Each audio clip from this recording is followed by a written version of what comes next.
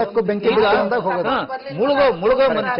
ಮುಳುಗೋ ಮನುಷ್ಯ ಹುರುಕಡ್ಡಿ ಹಿಡ್ಕೊಳ್ತಾನೆ ಹೇಳ್ತಾರಲ್ಲ, ಇವತ್ತಲ್ಲಿ ಹೋಗಿದ್ದಾರೆ ಅವರು. ಕರೆಕ್ಟ್. ನಂಜುಂಡೇಗೌಡ್ರೆ, ಈಗ ಪ್ರಧಾನಮಂತ್ರಿ ಮಾಜಿ ಪ್ರಧಾನಿಗಳನ್ನ ಭೇಟಿ ಮಾಡೋದಕ್ಕೆ ಸಿದ್ದರಾಮಯ್ಯನವರು ಹೋಗಿರುವಂತದ್ದು. ಇವತ್ತು ಸರ್ವಪಕ್ಷ ಸಭೆಗೂ ಕೂಡ ಮಾಜಿ ಪ್ರಧಾನಿಗಳು ಭಾಗಿಯಾಗಿದ್ದಾರೆ. ಕೊನೆಯ ಹಂತದ ಪ್ರಯತ್ನ ಇದು ಬೇಕಾಗಿತ್ತ ಸಿದ್ದರಾಮಯ್ಯನವರಿಗೆ ಅಂತ? ಜೊತೆಗೆ ದೇವೇಗೌಡರು ಏನ್ ದಾರಿ ತೋರಿಸಬಹುದು ಅಂತ ಅನ್ಕೊಂಡಿದ್ದೀರಿ ನಂಜುಂಡೇಗೌಡ್ರೆ? ಸಿದ್ದರಾಮಯ್ಯರು ಮಾಡ್ತಾ ಇರೋದು ಒಂದು ಯಶಸ್ವಿ ನಾಟಕನೇ. ಇಂಥ ಒಂದು ಸಂದರ್ಭದಲ್ಲಿ ದಿಗ್ವಿಜಯ್ ಸಿಂಗ್ ಬಂದು ಮುಂದಿನ ಚುನಾವಣೆ ಬಗ್ಗೆ ನೀರು ಬಿಟ್ಟ ನಂತರ ಬೆಂಗಳೂರಲ್ಲಿ ಮಾತುಕತೆ ಮಾಡ್ತಾರೆ. ನಿಜವಾಗಿ ಇವ್ರಿಗೆ ಎಲ್ರಿಗೂ ಕಾಳಜಿ ಇದ್ರೆ ಇದೇ ನಾಟಕನ ಇಂದಿನ ಆಡಳಿತ ವ್ಯವಸ್ಥೆ ಒಳಗಿರುವಂತ ಎಲ್ಲರೂ ಮಾಡ್ಕೊ ಬಂದಿರುವಂತದ್ದು. ಮತ್ತೆ ಈಗ ವಿಧಾನಸೌಧದಲ್ಲಿ ನಾನು ಹೇಳ್ತೀನಿ, ಪ್ರಜಾಸತ್ತಾತ್ಮಕವಾಗಿ ಆಯ್ಕೆಯಾದಂತ ರಾಜಕಾರಣ ನಡೀತಾ ಇದೆಯಾ ಅಂತ. ಪಾಳೆಗಾರರ ರೀತಿ ರಾಜಕಾರಣ ಮಾಡ್ತಾರೆ. ವಿಧಾನಸೌಧಕ್ಕೆ ಹೋಗಿ ಒಬ್ಬ ಮಂತ್ರಿ ಹತ್ರ ಒಂದು ಸಮಸ್ಯೆ ಮಾತಾಡ್ಬೇಕಾದ್ರೆ ಅವ್ರು ಸುತ್ತ ಇರೋಂಥ ಕೋಟೆ ಸೃಷ್ಟಿ ಮಾಡ್ಕೊಳ್ತಾರೆ. ವಿಧಾನಸೌಧನೇ ಇವತ್ತು ಪಾಳೆಗಾರದಾಗಿರೋದ್ರಿಂದ ಜನರ ನೋವು, ಈ ರಾಜ್ಯದ ನೋವು ಯಾವುದೋ ಅವ್ರಿಗೆ ಗೊತ್ತಾಗ್ತಾ ಇಲ್ಲ. ಆ ಕಾರಣಕ್ಕೆ ರಾಜಕಾರಣನೇ ಅಮೂಲಗ್ರವಾಗಿ ಬದಲಾವಣೆ ಆಗಬೇಕು. ಆಮೇಲೆ ಕೋರ್ಟ್ ನಿಂದನೆ ಮತ್ತೊಂದು ಹೇಳ್ತಾರೆ. ನಾನು ಬಹಳ ಜನಸಾಮಾನ್ಯನಾಗಿ ಹೇಳ್ತೀನಿ, ಯಾವುದೊಂದು ಹೈಕೋರ್ಟ್ ಅಲ್ಲೋ ಸುಪ್ರೀಂ ಕೋರ್ಟ್ ಅಲ್ಲೋ ಯಾವುದೋ ಒಂದು ಕ್ರಿಮಿನಲ್ ಕೇಸ್ ಹೋದ್ರೆ ಯಾವ ಬೆಂಚ್ಗೆ ಬರ್ಬೇಕು ಅಂತ ಹುಡುಕ್ತಾರೆ. ಯಾವ ಬೆಂಚ್ಗೆ ಹೋದ್ರೆ ನನ್ಗೆ ಅನುಕೂಲ ಆಗುತ್ತೆ ಅನ್ನೋ ಹುಡುಕೋ ಮಾಡ್ತಲ್ಲ ಅವ್ರೆ ಅಂತಂದ್ರೆ ಯಾವ ನ್ಯಾಯಾಂಗದಲ್ಲಿ ಅರ್ಥ ಇದೆ? ಇಲ್ಲ ಒಕ್ಕೂಟದಿಂದ ಹೊರಗಡೆ ಬರ್ಬೇಕಾ? ನಾವು ಬದುಕಲೇಬೇಕಪ್ಪ, ನಾನು ಮುಂದಿನ ಪೀಳಿಗೆ ಬದುಕಬೇಕು. ಈ ಕಾರಣಕ್ಕೆ ಒಕ್ಕೂಟದಲ್ಲಿ ಇರಬೇಕಾ ಇಲ್ಲ ಅನ್ನೋ ಸಂದರ್ಭ ಇದ್ದಾಗ ಇಲ್ಲಿ ಮಾಡ್ತಿರೋದು ಇವತ್ತು ವೈಜ್ಞಾನಿಕವಾಗಿ ಬೆಳೆದಿದೆ. ಕರ್ನಾಟಕದಲ್ಲಿ ಆಗ್ತಿರುವಂತ ಪ್ರತಿಭಟನೆ ಡೆಲ್ಲಿಲಿ ಇರುವಂತ ದೊರೆಗೆ ಮುಟ್ಟಿಲ್ಲ ಅಂತ ಹೇಳಿದ್ರೆ ಅವ್ರ ಪ್ರಜಾತಂತ್ರ ವ್ಯವಸ್ಥೆಗೆ ಗೌರವ ಕೊಡುವಂತಾರ ಅಥವಾ ಪಾಳೆಗಾರರ ವಂಶದ ರಾಜಕಾರಣ ಮಾಡ್ತಿರೋಂಥವ್ರನ್ನ ಯೋಚನೆ ಮಾಡಬೇಕು. ಮಹಾತ್ಮ ಗಾಂಧಿ ಈ ಕಾರಣಕ್ಕೆ ಏನಾದ್ರು ಈ ಸ್ವಾತಂತ್ರ್ಯ ತಂದು ಕೊಟ್ರ? ಬಹಳ ನಾಚಿಕೆಡಿದು. ನಂಜುಂಡೇಗೌಡ್ರೆ ರಾಜಕಾರಣ ಬೇಕಿತ್ತು. ನಂಜುಂಡೇಗೌಡ್ರೆ, ಕೊನೆಗೂ ಸಿದ್ದರಾಮಯ್ಯನವರು ದೇವೇಗೌಡರ ಮನೆಗೆ ಹೋಗಿ ಅವರನ್ನ ಭೇಟಿಯಾಗಿ ಅವ್ರನ್ನ ಮಾತುಕತೆಗೆ ಆಹ್ವಾನಿಸಿದ್ದಾರೆ. ದೇವೇಗೌಡರು ಹೋಗಿದ್ದಾರೆ. ಈ ಸಂದರ್ಭದಲ್ಲಿ ದೇವೇಗೌಡರು ಯಾವುದಾದ್ರೂ ರೀತಿಯಲ್ಲಿ ಸಹಾಯ ಮಾಡಬಹುದು, ಅವರಿಂದ ಏನಾದ್ರೂ ಒಂದು ಇನ್ಸೈಟ್ ಸಿಗಬಹುದು, ಒಂದು ದಾರಿ ಸಿಗಬಹುದು ಅಂತ ತಮಗನ್ಸತ್ತಾ? ಸಿಗದಿದ್ರೆ ಯಾವ ಥರದ ದಾರಿ? ಪ್ರಯತ್ನಗಳು ಪಡ್ಲಿ ಸರ್, ಪ್ರಯತ್ನ ಪಡ್ಲಿ. ಅದೇ ರೀತಿ ಯಡಿಯೂರಪ್ಪರ ಮನೆಗೂ ಹೋಗ್ಲಿ, ಈಶ್ವರಪ್ಪನ ಮನೆಗೂ ಹೋಗ್ಲಿ, ಅಶೋಕರ ಮನೆಗೂ ಹೋಗ್ಲಿ, ಈ ಎಲ್ಲಾ ಲೀಡರ್ಗಳು ಅವ್ರ ಪಕ್ಷದ ಗುಂಗನ್ನು ಬಿಟ್ಟು ರಾಜ್ಯದ ನೆಲದ ಬಗ್ಗೆ ಏನಾದ್ರು ನೀರಿನ ಬಗ್ಗೆ ಯೋಚನೆ ಮಾಡ್ತಾರೆ ಅಂದ್ರೆ ಆಗ ಮಾತ್ರ ನ್ಯಾಯ ಸಿಗುತ್ತೆ. ಇಲ್ಲಿ ಅವನ ಮೇಲೂ ಇವನ ಮೇಲೂ ಅಂತ ಕಿತ್ತಾಡ್ಕೊ ಹೋದ್ರೆ ಖಂಡಿತವಾಗಿ ಇವರೆಲ್ಲ ಸೇರಿ ನಾಟಕ ಆಡಿ ನಮ್ಮ ಜನಕ್ಕೆ ವಿಷ ಕೊಡ್ತಾ ಇದ್ದಾರೆ. ಇದಕ್ಕಿಂತ ಕೆಟ್ಟ ವರ್ಡನ್ನ ಒಬ್ಬ ಜನಸಾಮಾನ್ಯರಾಗಿ ನಾನು ಹೇಳಕ್ಕಾಗಲ್ಲ. ಖಂಡಿತವಾಗಿ ಎಲ್ಲದಕ್ಕೂ ರಾಷ್ಟ್ರೀಯ ಪಕ್ಷಗಳು ಈ ರಾಜ್ಯವನ್ನು ಆಳ್ತಿರುವಂತದ್ದೇ. ನಮ್ಗೆ ಅನಿವಾರ್ಯ ಸ್ಥಳೀಯವಾದಂತ ಯೋಚನೆ ಮಾಡಬೇಕಾಗುತ್ತೆ. ಈ ರಾಷ್ಟ್ರೀಯ ಪಕ್ಷಗಳು ಒದ್ದೋಡಿಸ್ಲಿಲ್ಲ ಅಂದ್ರೆ ಕಾವೇರಿ ನೀರೇ ಆಗ್ಬೋದು, ಕೃಷ್ಣ ಆಗ್ಬೋದು, ಮಹಾದಾಯಿ ಆಗ್ಬೋದು, ಯಾವುದೂ ನಮ್ ಕೈ ಸಿಗಲ್ಲ. ಇವರೆಲ್ಲರೂ. ನಂಜುಂಡೇಗೌಡ್ರೆ, ಒಂದು ನಿಮಿಷ. ದೇವೇಗೌಡರನ್ನ ಇವತ್ತು ಸಿದ್ದರಾಮಯ್ಯನವರು ಭೇಟಿ ಮಾಡಿದ್ದಾರೆ. ಏನೆಲ್ಲಾ ಸಲಹೆಗಳನ್ನ ದೇವೇಗೌಡರು ಇವತ್ತು ವಿಧಾನಸೌಧದಲ್ಲಿ 20 ವರ್ಷಗಳ ನಂತರ ವಿಧಾನಸೌಧಕ್ಕೆ ಹೋಗಿರುವಂತದ್ದು. ಸರ್ವಪಕ್ಷ ಸಭೆಯಲ್ಲಿ ದೇವೇಗೌಡರು ಏನೆಲ್ಲ ಸಲಹೆಗಳನ್ನ ಕೊಟ್ಟಿದ್ದಾರೆ? ಅಧಿವೇಶನ ಕರೆದು ನಿರ್ಣಯ ಮಾಡಿ ಅನ್ನುವ ಸಲಹೆಯನ್ನ ಕೊಟ್ಟಿದ್ದಾರೆ. ಇಂತಹ ಸಂದರ್ಭದಲ್ಲಿ ನಾವೆಲ್ಲ ಐಕ್ಯತೆಯಿಂದಿರಬೇಕು ಅನ್ನುವ ಮತ್ತೊಂದು ಸಲಹೆ ದೇವೇಗೌಡರಿಂದ ಕೊಟ್ಟಿರುವಂತದ್ದು. ಪ್ರಧಾನಿ ಮಧ್ಯಸ್ಥಿಕೆಗೆ ನಾನು ಸಚಿವರ ಮನೆ ಬಾಗಿಲಿಗೆ ಹೋಗಲು ಸಿದ್ಧ ಅನ್ನೋ ಮಾತನ್ನು ಕೂಡ ಆಡಿದ್ದಾರೆ. ಸರ್ವಪಕ್ಷ ಸಭೆಯಲ್ಲಿ ದೇವೇಗೌಡರು ಹೇಳಿರುವಂತದ್ದು 3 ಪ್ರಮುಖವಾದ ಸಲಹೆಗಳನ್ನ ದೇವೇಗೌಡರು ಕೊಟ್ಟಿರುವಂತದ್ದು. ಇಂತಹ ಸಂದರ್ಭದಲ್ಲಿ ನಾವೆಲ್ಲರೂ ಒಗ್ಗಟ್ಟಿನಿಂದ ಇರಬೇಕು, ಅದೆಲ್ಲೂ ಕೂಡ ಪ್ರದರ್ಶನವಾಗ್ತಾ ಇಲ್ಲ. ರಾಜ್ಯ ಸರ್ಕಾರಕ್ಕೆ ದೇವೇಗೌಡರು ಕೊಟ್ಟಿರುವಂತಹ ಸಲಹೆ ಇದು. ಪ್ರಧಾನಿ ಮಧ್ಯಸ್ಥಿಕೆಗೆ ನಾನು ಸಚಿವರ ಮನೆ ಬಾಗಿಲಿಗೆ ಹೋಗ್ತೀನಿ, ಹೋಗಕ್ಕೂ ಕೂಡ ಸಿದ್ಧ.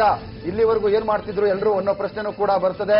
ಅಧಿವೇಶನ ಕರೆದು ನಿರ್ಣಯ ಮಾಡಿ, ಅಧಿವೇಶನ ಕರೆದು ನಿರ್ಣಯ ಮಾಡೋಷ್ಟೊತ್ತಿಗೆ ನಮ್ಮ ಜಲಾಶಯಗಳಲ್ಲಿರುವ ನೀರು ಡೆಡ್ ಸ್ಟೋರೇಜ್ನಲ್ಲೂ ಕೂಡ ನೀರು ಉಳಿಯುತ್ತಾ ಅನ್ನೋ ಪ್ರಶ್ನೆಗಳು ಕೂಡ ಇಲ್ಲಿ ಬರುತ್ತೆ. ಮೊದಲು ಮಾಡಬೇಕಾಗಿರುವಂತದ್ದು ನೀರು ನಿಲ್ಲಿಸ್ತಾರ ಅನ್ನೋದು ಕೂಡ ಅಂತ ಸಲಹೆಗಳನ್ನು ಕೂಡ ದೇವೇಗೌಡರು ಕೊಟ್ಟಿದ್ದಾರಾ ಗೊತ್ತಿಲ್ಲ.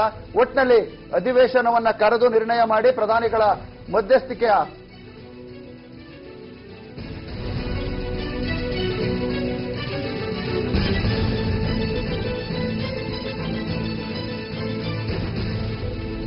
ಬಿಜೆಪಿ ನಾಯಕರ ಮತ್ತೊಂದು ಅಸಮಾಧಾನ ದೇವೇಗೌಡರು ವ್ಯಕ್ತಪಡಿಸಿರುವಂತದ್ದು. ಇದು ಸರ್ವಪಕ್ಷ ಸಭೆಗೆ ಬಿಜೆಪಿ ನಾಯಕರ ಗೈರು ಹಿನ್ನೆಲೆ.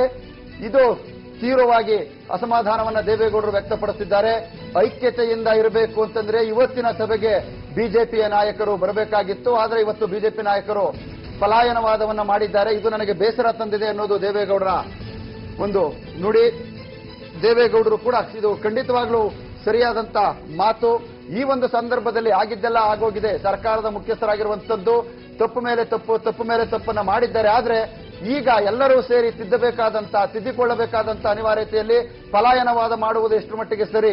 ದೇವೇಗೌಡರು 20 ವರ್ಷಗಳಿಂದನೂ ಕೂಡ ವಿಧಾನಸೌಧದ ಮೆಟ್ಟಲನ್ನು ಹತ್ತದೇ ಇರುವಂತವರು, 10 ವರ್ಷಗಳಿಂದ ಮುಖ್ಯಮಂತ್ರಿಗಳ ಜೊತೆ ಮಾತೆ ಆಡದೇ ಇರುವಂತವರು ಇವತ್ತು ಸರ್ವಪಕ್ಷ ಸಭೆಗೆ ಹೋಗಿದ್ದಾರೆ. ಇದರ ಹಿಂದಿನ ರಾಜಕೀಯ ಲೆಕ್ಕಾಚಾರಗಳ ಬಗ್ಗೆ ಮಾತನಾಡೋದಕ್ಕಿಂತ ಹೆಚ್ಚಾಗಿ ಇದೊಂದು ಪಾಸಿಟಿವ್ ಬೆಳವಣಿಗೆ ಅಂತೇನಾದ್ರೂ ನಾವು ಅಂದ್ಕೊಂಡ್ರು ಕೂಡ ಬಿಜೆಪಿ ನಾಯಕರು ಕೂಡ ಈ ಸಂದರ್ಭದಲ್ಲಿ ಸರ್ವಪಕ್ಷ ಸಭೆಗೆ ಹೋಗಿ ಪ್ರಧಾನಿಗಳನ್ನ ನಾವು ಒಪ್ಪಿಸ್ತೇವೆ, ನಾವು ಮಧ್ಯಸ್ಥಿಕೆಗೆ ಕರೆತರ್ತೇವೆ ಅನ್ನೋ ಭರವಸೆಯನ್ನ ಇವತ್ತಿನ ಸರ್ವಪಕ್ಷ ಸಭೆಯಲ್ಲಿ ಕೊಡಬೇಕಾಗಿತ್ತು.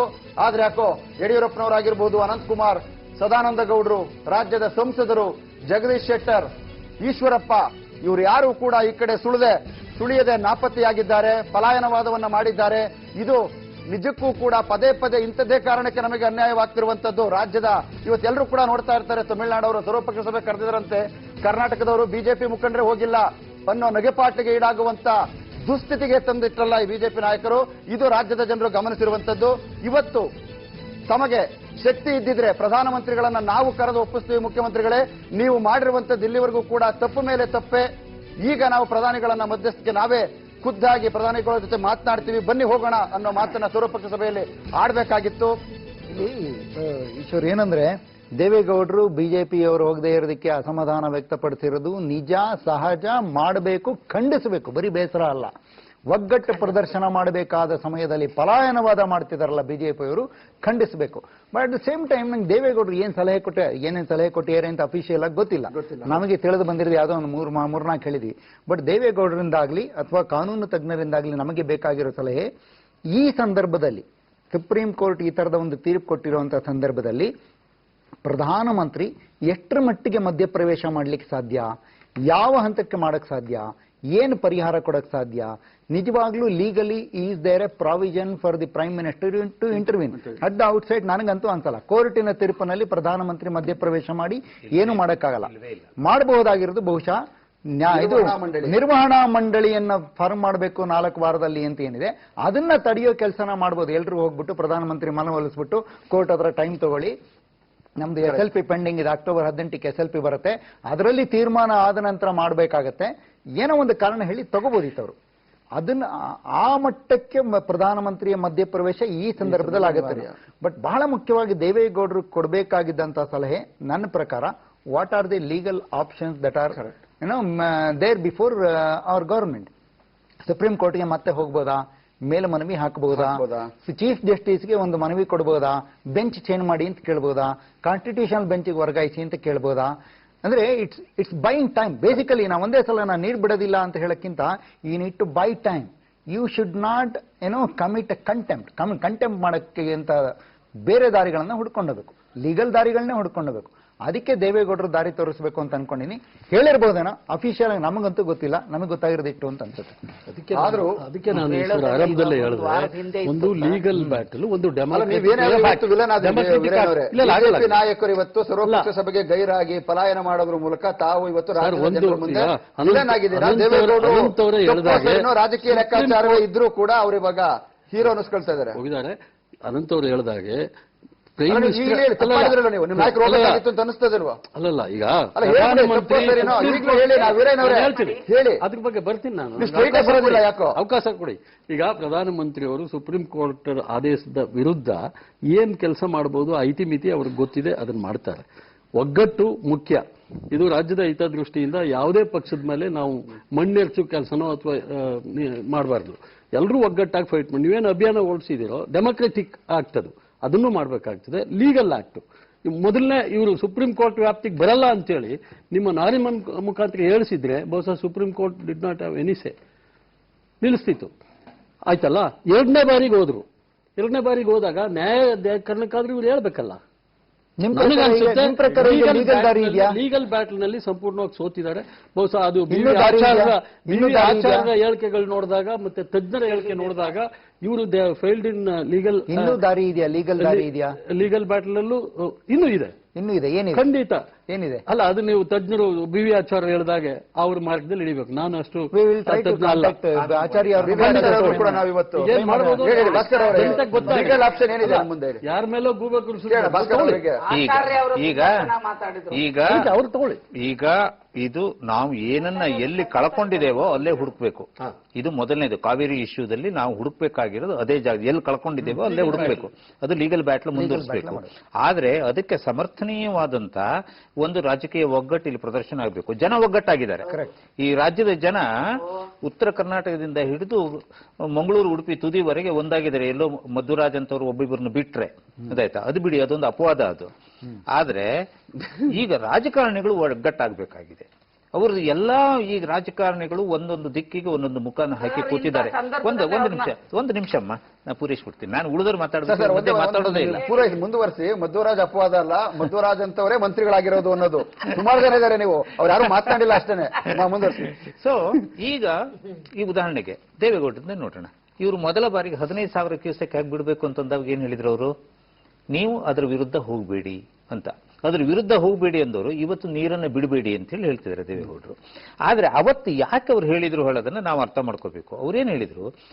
ಕಾವೇರಿ ನಿರ್ವಹಣಾ ಮಂಡಳಿಗೆ ಒಂದು ಡಿಮಾಂಡ್ ಇದೆ, ಜಯಲಲಿತಾ ಅವರಿಂದ ಡಿಮಾಂಡ್ ಇದೆ. ಅಂಥದ್ದನ್ನೇನಾದ್ರೂ ಸುಪ್ರೀಂ ಕೋರ್ಟ್ ಸೂಚನೆ ಆದೇಶ ಕೊಡೋ ಅಂತ ಸಾಧ್ಯತೆಗಳು ಇರೋ ಹಿನ್ನೆಲೆಯಲ್ಲಿ ಸುಪ್ರೀಂ ಕೋರ್ಟ್ ಅನ್ನು ಎದುರಾಕೋಬೇಡಿ ಅಂತ ಅನ್ನೋದು ಅವರ ಸದ್ವಿವೇಕದ ಒಂದು ನಿಲುವಾಗಿತ್ತು ದೇವೇಗೌಡರಿದ್ದು.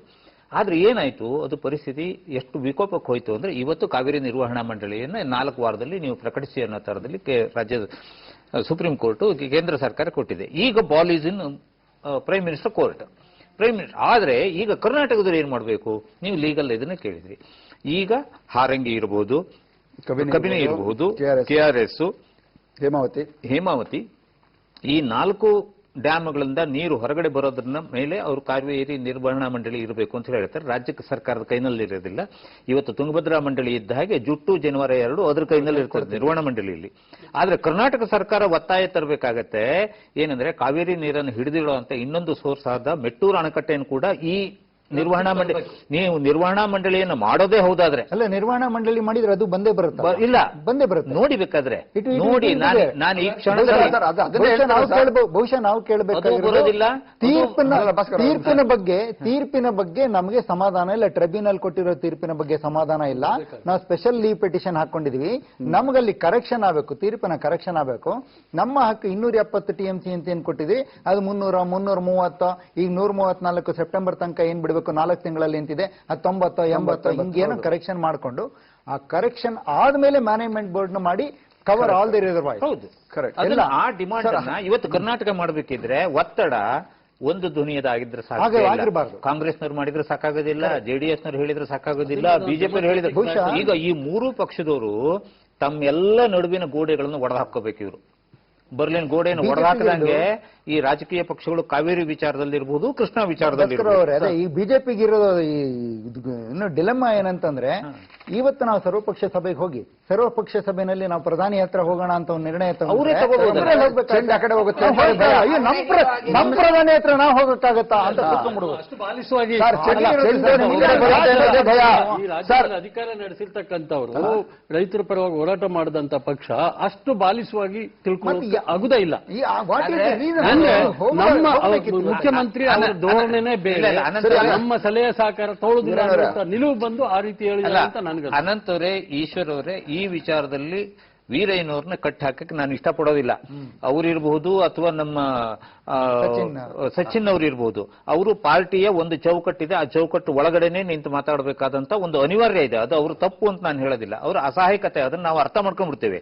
ಆದ್ರೆ ಬೇಕಾಗಿರೋದು ಎಲ್ಲಿ ಅಂತಂದ್ರೆ, ಅದಕ್ಕೆ ನಾನು ಹೇಳೋದು ಈ ಗೋಡೆಗಳನ್ನ ಒಡೆಯುವಂತ ಕೆಲಸ ಇವ್ರು ಮಾಡಬೇಕಾಗಿದೆ ಕರ್ನಾಟಕದಲ್ಲಿ. ಈಗ ತಮಿಳುನಾಡಲ್ಲಿ ನಾನು ಅಥವಾ ಆಂಧ್ರ ಪ್ರದೇಶ NT ರಾಮರಾವ್ ಕಾಲದಲ್ಲಿ ಇರಬಹುದು, ಏನು ಪ್ರಾಜೆಕ್ಟ್ಗಳನ್ನ ಅಂಜಯ್ಯ ಸರ್ಕಾರ ಏನು ಶುರು ಮಾಡಿತ್ತು ಅಥವಾ ಅದಕ್ಕೆ ಹಿಂದಿನ ಸರ್ಕಾರ ಶುರು ಮಾಡಿತ್ತು, ಒಂದೇ ಒಂದು ಪ್ರಾಜೆಕ್ಟ್ ಅನ್ನು NT ರಾಮರಾವ್ ತಾನು ಅಧಿಕಾರಕ್ಕೆ ಬಂದ ತಕ್ಷಣ ನಿಲ್ಲತ್ತಿಲ್ಲ, ಅದನ್ನು ಇನ್ನೂ ವೇಗದಲ್ಲಿ ಮುಂದುವರಿಸಿದ್ರು ಅವರು. ಅಷ್ಟೇ ಅಲ್ಲ, ಅಂಜಯ್ಯ ಇನ್ನು ಡ್ಯಾಮ್ ಕಟ್ಟೋದಕ್ಕಿಂತ ಮುಂಚೆನೆ ಅದಕ್ಕೆ ಇಂದಿರಾ ಪ್ರಿಯದರ್ಶಿನಿ ಸಾಗರ ಅಂತ ಹೇಳಿ ಹೆಸರಿಟ್ರು.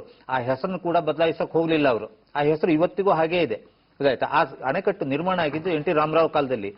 ತಮಿಳುನಾಡಲ್ಲೂ ತಗೊಳ್ಳಿ ನೀವು, ಇಂಥ ಇಶ್ಯೂಸ್ ಬಂದಾಗ, ಸ್ಟೇಟ್ ಇಶ್ಯೂಸ್ ಬಂದಾಗ ಅವ್ರು ತಮ್ಮ ಪಕ್ಷ ರಾಜಕೀಯವನ್ನ ಪಕ್ಕಕ್ಕೆ ಇಡ್ತಾರೆ. ಆದ್ರೆ ಕರ್ನಾಟಕದಲ್ಲಿ ಮಾತ್ರ ಎತ್ತು ಏರಿಗೆ ಎಮ್ಮೆ ಕೋಣ ನೀರಿಗೆ ಎಲ್ಲಾ ಪಕ್ಷಗಳು ಹೋಗಿ ಮಾಡಬೇಕಾಗಿರೋದು ಕಾವೇರಿ ನಿರ್ವಹಣಾ ಮಂಡಳಿಯನ್ನ ಸದ್ಯಕ್ಕೆ ರಚನೆ ಮಾಡಬೇಡಿ ಅಂತ ಪ್ರಧಾನಮಂತ್ರಿಯವರ ಮೇಲೆ ಒತ್ತಡ ಪಕ್ಷಾತೀತವಾಗಿ ಒತ್ತಡ ತರಬೇಕಿದ್ರೆ ಏನ್ ಮಾಡ್ಬೇಕು? ಕರ್ನಾಟಕದ ಬಹಳ ಮುಖ್ಯವಾಗಿ 17 ಜನ ಎಂಪಿಗಳು ಬಿಜೆಪಿ ಎಂಪಿಗಳು ಮುಂದೆ ಮುಂದಿರ್ಬೇಕು. ನಂತರದಲ್ಲಿ ಕಾಂಗ್ರೆಸ್ನವರು ಇರ್ತಾರೆ, ಜೆಡಿಎಸ್ನವರು ಇದ್ದೇ ಇದ್ದಾರೆ. ಆಯ್ತಾ? ಈಗ ಆ ಇನಿಷಿಯೇಟಿವ್ ತಗೊಳ್ಬೇಕಾದ ಜವಾಬ್ದಾರಿಯನ್ನ ಬಿಜೆಪಿಯವರು ತಗೋಬೇಕು. ಇವತ್ತವರು ಫಾರ್ ಎಕ್ಸಾಂಪಲ್ ಅವ್ರು ಏನ್ ಹೇಳ್ತಾರೆ, ಸಾಮಾನ್ಯವಾಗಿ ನಾವು ಏನ್ ಸಲಹೆ ಕೊಟ್ಟರು ಅವ್ರು ತಗೊಳ್ಳೋದಿಲ್ಲ, ಮುಖ್ಯಮಂತ್ರಿಗಳು ತಮ್ಗೆ ಇಷ್ಟ ಬಂದಾಗ ಮಾಡ್ತಾರೆ ಅಂತ ಹೇಳಿ. ಮಾಡ್ಲಿ, ಅವ್ರು ಅದನ್ನ ಮಾಡ್ಲಿ. ಇವತ್ತು ನೀವು ಮಾಧ್ಯಮದವರು ಇದ್ದೀರಿ, ನೀವು ಆ ಸಭೆ ಒಳಗಡೆ ಏನ್ ನಡೀತು ನೋಡೋದಕ್ಕೆ ಅಲ್ಲಿ ಹೊರಗಡೆ ನಿಂತಿರ್ತೀರಿ. ಅಲ್ಲಿ ಸಭೆಯಲ್ಲಿ ನಾವು ಹೇಳಿದ ಇಂಥ ಸಲಹೆಗಳನ್ನ ಮುಖ್ಯಮಂತ್ರಿ ತಗೊಳ್ಳಿಲ್ಲ ಅಂತ ಹೇಳೋದನ್ನ ಹೇಳಿದ್ರೆ ಮುಖ್ಯಮಂತ್ರಿ ತನ್ನ ಕಾರ್ ಹತ್ತೋದ್ರೊಳಗೆ ಇದು ಟೆಲಿಕಾಸ್ಟ್ ಆಗ್ತಾ ಇರ್ತದೆ. ಕರೆಕ್ಟ್ ಅಲ್ವಾ? ಅವಕಾಶ ಅವ್ರು ಕಳ್ಕೊಂಡ್ರು. ಆಯ್ತು, ನೀವು ವಿಧಾನಸಭೆಯಲ್ಲಿ ಧರಣಿ ಮಾಡ್ತಿರಲ್ಲ, ಹಾಗೆ ಇಂಥ ಸಮಿತಿ ಸಭೆಯಲ್ಲೂ ನೀವು ಧರಣಿ ಮಾಡಿ. ಜಾಗ ಇದೆ. ಈಗ ನಾಡಿದ್ದು ಅಧಿವೇಶನ ಇದೆಯಲ್ಲ, ಏನ್ ಮಾಡ್ತಾರೆ ಅಧಿವೇಶನದಲ್ಲಿ? ಅಲ್ವಾ? ಚರ್ಚೆ ಮಾಡಬಹುದು. ಕೋರ್ಟಿನ ಡಿಸಿಷನ್, ಕೋರ್ಟಿನ ತೀರ್ಪನ್ನ ಕೂಲಂಕುಷವಾಗಿ ಚರ್ಚೆ ಮಾಡಿ ಖಂಡನೆ ಮಾಡಿ ಬಿಸಾಕ್ತಾರೆ. ಸರ್ವಾನುಮತದ ನಿರ್ಣಯ ಅಂತ ಏನು ಜನಾಭಿಪ್ರಾಯ ಜನಾಭಿಪ್ರಾಯ ಎಲ್ಲ ಪಕ್ಷಗಳು ಒಗ್ಗಟ್ಟಾಗಿ ಏನು ವಿಧಾನ ಮಂಡಲದಲ್ಲಿ ತಗೊಳ್ಳುವಂತ ನಿರ್ಣಯ ಇದೆಯಲ್ಲ ಅಷ್ಟು ಲಘುವಾಗಿ ಪರಿಗಣಿಸ. ಕರೆಕ್ಟ್, ನಿರ್ಣಯ ಸರ್ವಪಕ್ಷ ಸಭೆ ಮುಗಿದಿದೆ, ಮುಖ್ಯಮಂತ್ರಿಗಳು ಕೂಡ ಏನ್ ಮಾತನಾಡ್ತಾರೆ? ಸರ್ವಪಕ್ಷ ಮುಖ್ಯಮಂತ್ರಿಗಳೇನ್ ಹೇಳ್ತಾರೆ ಕೇಳೋಣ.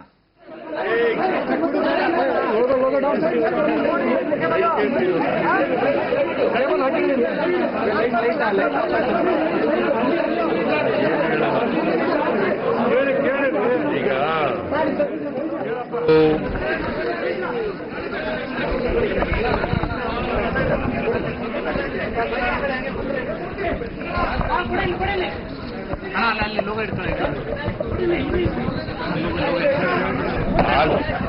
All party meeting ಕರೆದಿತ್ತು.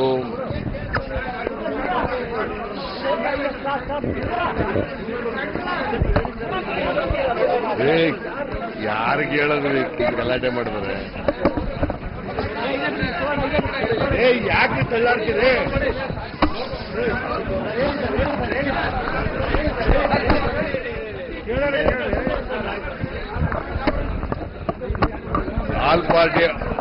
All party meeting ಅನ್ನ ಕರೆದಿದ್ದೆ ಇವತ್ತು.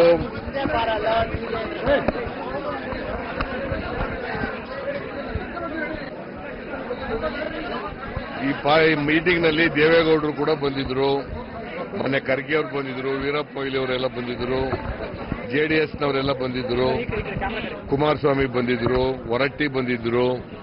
ಆದ್ರೆ ಭಾರತೀಯ ಜನತಾ ಪಕ್ಷದವರು ಬಂದಿರಲಿಲ್ಲ. ನಾನು ಅವ್ರಿಗೂ ಕೂಡ ಕರೆದಿದ್ದು ನಾವು, ಆದ್ರೆ ಅವ್ರು ಬಂದಿಲ್ಲ. ಯಾಕೆ ಬಂದಿಲ್ಲ ಅಂತಕ್ಕಂಥದ್ದು ನನಗೆ ಗೊತ್ತಿಲ್ಲ. ಪುಟ್ಟಣ್ಣಯ್ಯ ಬಂದಿದ್ರು, ನಮ್ಮ ರೈತ ಸಂಘದ ಪುಟ್ಟಣ್ಣಯ್ಯನು ಕೂಡ ಇವತ್ತು ಕರೆದಿದ್ದು, ಅವರು ಕೂಡ ಬಂದಿದ್ರು. ಅವ್ರು ಯಾಕೆ ಬಂದಿಲ್ಲ ಅಂತ ಗೊತ್ತಿಲ್ಲ. ಇವರು ಇವತ್ತು ಬಂದಿದ್ದಂತ ದೇವೇಗೌಡರ ಅಭಿಪ್ರಾಯ, ಬೇರೆಯವರ ಕುಮಾರಸ್ವಾಮಿ ಅಭಿಪ್ರಾಯ, ಖರ್ಗೆ ಅವರು, ಮೊಯ್ಲಿ ಅವರು ಮಾತಾಡಿದವರು ಎಲ್ಲ ಅಭಿಪ್ರಾಯಗಳನ್ನ ಕೊಟ್ಟಿದ್ದಾರೆ. ಈ ಅಭಿಪ್ರಾಯಗಳನ್ನ ಗಮನದಲ್ಲಿಟ್ಟುಕೊಂಡು ನಾನು ಈ ಕ್ಯಾಬಿನೆಟ್ ಮೀಟಿಂಗ್ ಕರೆದಿದ್ದೀನಿ. ಕ್ಯಾಬಿನೆಟ್ ನಲ್ಲಿ ಚರ್ಚೆ ಮಾಡಿ I will come back to you.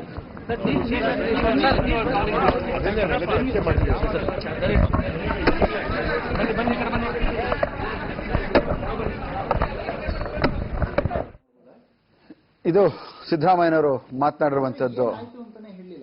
ಸಭೆ ನಡೀತು, ಅವ್ರು ಬಂದಿದ್ರು, ಇವ್ರು ಬಂದಿದ್ರು, ಏನಾಯ್ತು?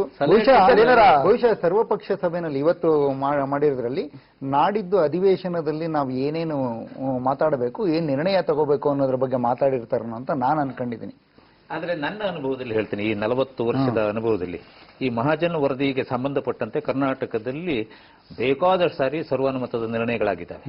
ಈ ನಿರ್ಣಯಗಳನ್ನು ಒಂದು ಲೈನ್ ನಿರ್ಣಯ ಮಾಡ್ತಾರೆ ನಾಡಿದ್ದು. ನನ್ನ ಇದು ಕರೆಕ್ಟ್ ಆದ್ರೆ ಏನಂದ್ರೆ, ಕಾವೇರಿ ವಿಚಾರದಲ್ಲಿ ಈ ರಾಜ್ಯ ಸರ್ಕಾರ ನಡ್ಕೊಳ್ಬೇಕಾದ ರೀತಿಯನ್ನ ಒಂದು 2 ಲೈನಲ್ಲಿ ವಿವರಿಸಿ ಈ ವಿಚಾರಕ್ಕೆ ಕರ್ನಾಟಕ ವಿಧಾನಸಭೆ ಒತ್ತು ಕೊಡುತ್ತದೆ, ಇದನ್ನು ರಾಜ್ಯ ಕೇಂದ್ರಕ್ಕೆ ಒತ್ತಾಯ ಮಾಡ್ತದೆ ಅಂತ ಹೇಳಿ ದೇವೇಗೌಡರು ಏನು ಸಲಹೆ ಕೊಟ್ಟಿರೋದು ಅನ್ನೋದು ಇನ್ನೊಂದ್ಸಲಿ ಬ್ರೇಕಿಂಗ್. ಹೊಸ ಸಲಹೆಗಳೇನೇನು ಕೊಟ್ಟಿದ್ದಾರೆ ಅನ್ನೋದು, ದೇವೇಗೌಡರ ಸಲಹೆ ಏನೇನೆಲ್ಲ ಕೊಟ್ಟಿದ್ದಾರೆ. ಸೆಪ್ಟೆಂಬರ್ 28ರಂದು ನಡೆಯುವ ವಿಚಾರಣೆಗೆ ವಕೀಲ ನಾರಿಮನ್ ಗೈರು ಹಾಜರಾಗ್ಲಿ, ನಾಳೆಯಿಂದಲೇ ಒಂದೇ ಒಂದು ಹನಿ ನೀರು ಕೂಡ ಬಿಡಬಾರದು, ಶನಿವಾರ ಒಂದು ದಿನದ ವಿಶೇಷ ಅಧಿವೇಶನ ಕರಿಬೇಕು, ಅಧಿವೇಶನದಲ್ಲಿ ನೀರು ಬಿಡೋದ್ರ ಬಗ್ಗೆ ಬಿಡದೇ ಇರೋದ್ರ ಬಗ್ಗೆ ನಿರ್ಣಯವನ್ನು ಅಂಗೀಕರಿಸಬೇಕು. ಸಂಸದರ ಮೂಲಕ ಕೇಂದ್ರದ ಮೇಲೆ ಒತ್ತಡ ಹೇರಬೇಕು. ಸೆಪ್ಟೆಂಬರ್ 28ರಂದು ನಡೆಯುವ ವಿಚಾರಣೆಗೆ ವಕೀಲ ನಾರಿಮನ್ ಗೈರು ಹಾಜರಾಗಲಿ.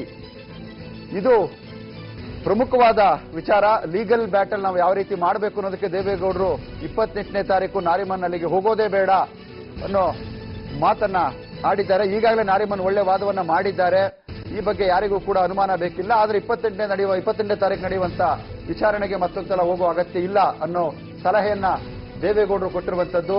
ನಾವೆಲ್ಲರೂ ಒಗ್ಗಟ್ಟಾಗಿ ಹೋರಾಟ ಮಾಡೋಣ ಅಂತ ಕೂಡ ಹೇಳಿದ್ದಾರೆ. ಬಹಳ ಇಂಟ್ರೆಸ್ಟಿಂಗ್ ಅನ್ಸುತ್ತೆ.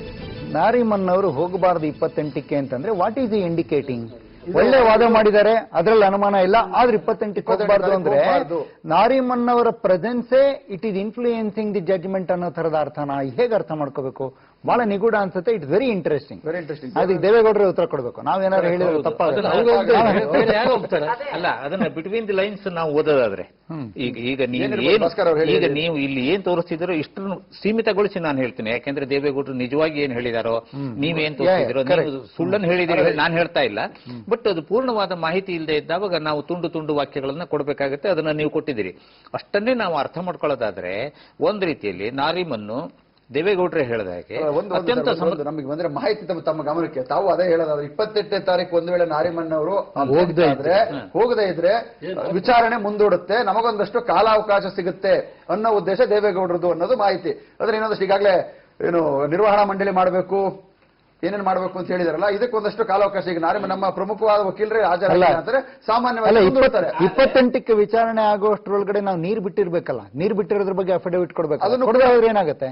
ವಿಚಾರಣೆ ಮುಂದೂಡೋದಷ್ಟೇ ಇಲ್ಲ, ಕೊಡದೆ ಹೋದ್ರೆ ಇಟ್ ಅಮೌಂಟ್ ಕಂಟೆಂಪ್ಟ್ ಆಗುತ್ತೆ. ನನಗೆ ಅದು ಅನ್ಸಲ್ಲ. ಯಾಕೆಂದ್ರೆ ಕೋರ್ಟ್ ಯಾವುದೇ ಒಬ್ಬ ಅಡ್ವೊಕೇಟ್ ಬಂದಿಲ್ಲ ತೀರ್ಮಾನ ತಗೊಳ್ಳೋದಿಲ್ಲ.